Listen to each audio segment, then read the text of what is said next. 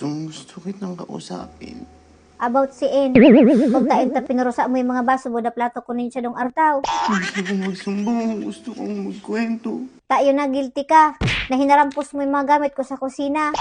Gusto kong sabihin. Pumalpak ako. Palpak man talaga yun. Hamak naman yun. Paraya pahugasan sa imo. Yung mga tasa, kubagamit na ning kuputan. Ang lawas niyan, makapit kita sa cup noodle. Ikaw malamang pati nag-sorry. Gusto kong sabihin yun.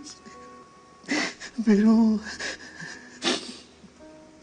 ang hirap. Masakit. Hindi ko ta na nag-inom ka na sana sa bagor.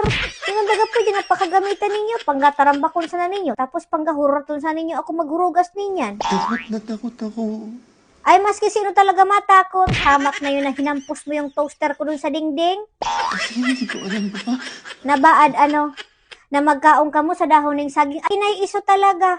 Tabuurad man sana ka mo maghurugas, mag-inom sa bagor, buda magkaon sa dahon ng saging. When all I ever want was to make you happy. Do you know what will makes me happy, John Lloyd? Hugasan ang mga baso buda tasa pagkatapos ninyo magkape. Tabuli ni ina niya.